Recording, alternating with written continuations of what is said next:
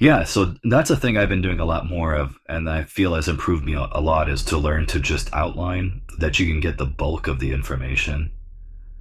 You can get you could get a lot of confidence from it if you can just kind of like, I know a doggo normally looks like this, you know, and so I can just put,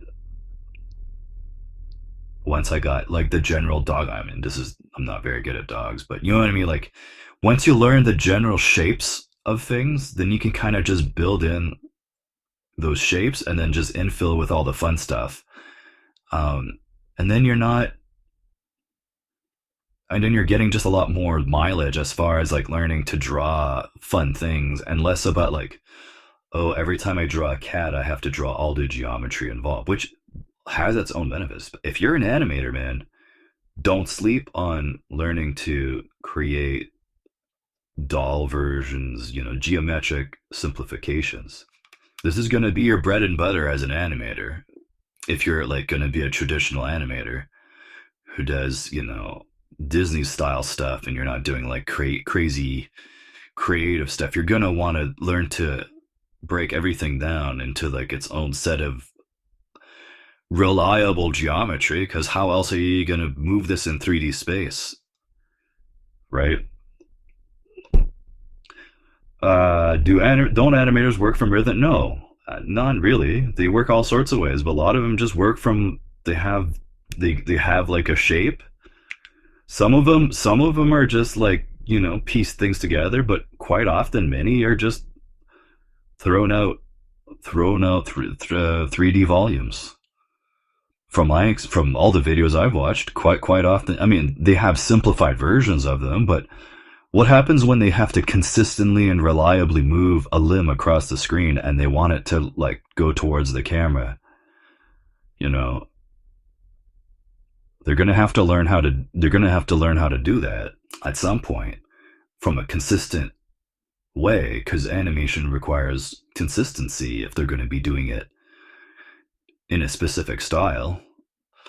This one has to be smaller. You know what I mean? Like, but don't get me wrong. A ton of animators are very, only, rhythms and shit. But it's really not. It's not a. It's definitely not set in stone. If anything, most animations. So I used to be around a bunch of animators when I was younger. All their portfolios had almost all geometric breakdowns in their animations. So it might not be, hey, listen, maybe some animators out there hate that's the reality, but what they were teaching in school was break things down into geometric components, and then build off on top of that. If that's not the reality anymore, I don't know. All I know is that every portfolio I ever saw from person who came out of animation school learned to basically do that. Build out of objects, build out of geometric components enough to throw a character into there. And it's not wrong. Honestly, the most benefit you get about this is learning, once again, the drafting skills to be consistent. And I still don't have anything close to what should be consistent for the amount of time I've been drawing.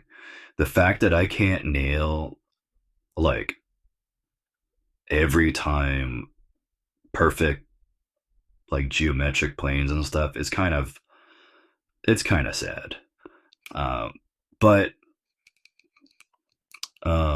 but yeah, like the reality is that this is super valuable.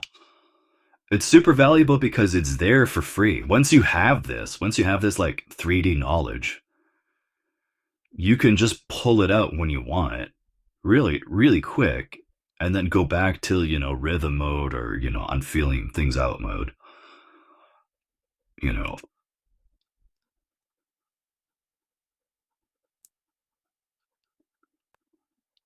Um, so it's not like it's a waste of time. It's literally just like it's not only that, but it really does teach you to not, I think when it comes to art, I think it's very easy to be like, and this is something I'm spending a lot more time with, which is like, I don't want to learn that level of finesse. Like, for instance, I've been doing a lot more buildings and drawings of houses and stuff, where I have to draw a house, and it's not that they're. I want my end goal is not to draw hyper realistic houses. Okay, my end goal is to just be able to draw a believable concept of something that's drawn competently. All right. So when I learn to draw a house, quite often the references I'm looking at has some level of detail that I balk at putting, or I can feel myself fighting the urge to implement. Like maybe there'll be slats on the roof, okay, and in the illustration, the slats are like drawn one at a time in a very specific way that's alien to how I normally draw. And then there'll be like brickwork, and then there'll be like a filigree that'll come down, or whatever, to the window, or there'll be like plants with certain details that I'm not. It's like fussy work that I'm normally not into doing. Um, and quite often, a lot of the learning I'm doing lately all happens when I break my resistances down enough to just commit to implementing them as I see them versus how I want to implement them. A lot of the learning I'm doing is just dealing with learning to be patient and learning to implement something, regardless of the minutia it might come off as, and learn to slowly embrace minutia as not. It's not a. It's not. I'm not being punished for anything. I'm not being punished because those details are there and I don't want to draw them. What it is I just my changing the way my mind works to be like, this is just new detail you get to learn how to implement, and you get to learn how to draw something new in a different way. And then, and it's not a challenge on how to get this done as quickly as possible and move on to the next thing. It's a learning experience. And I have to learn. A lot of the sketching I was talking about is just about learning to become patient and learning to just not have such aggressive fucking ADHD about how everything has to be made to be as effective and easy to do as possible, and to get away from doing the task as quickly as possible. Learning to embrace the task for what it is, instead of learning to try to finish the job, and then what? Then what? Why am I trying to finish the job so quick that I'm not doing it? I'm sitting down drawing because I want to draw. Why am I trying to not draw? You know what I mean? Like, it's a lot of what I've been doing recently with my drawing is just about learning to vaccinate myself against my lack of patience and my, you know, my brain buzzing and being trying to like solve problems to art that don't even need to be solved. Like, oh, if I do something like this, it'll be faster. It's like, well, I'm not really here to do this faster. I'm here to like, I want to be able to draw something just like this.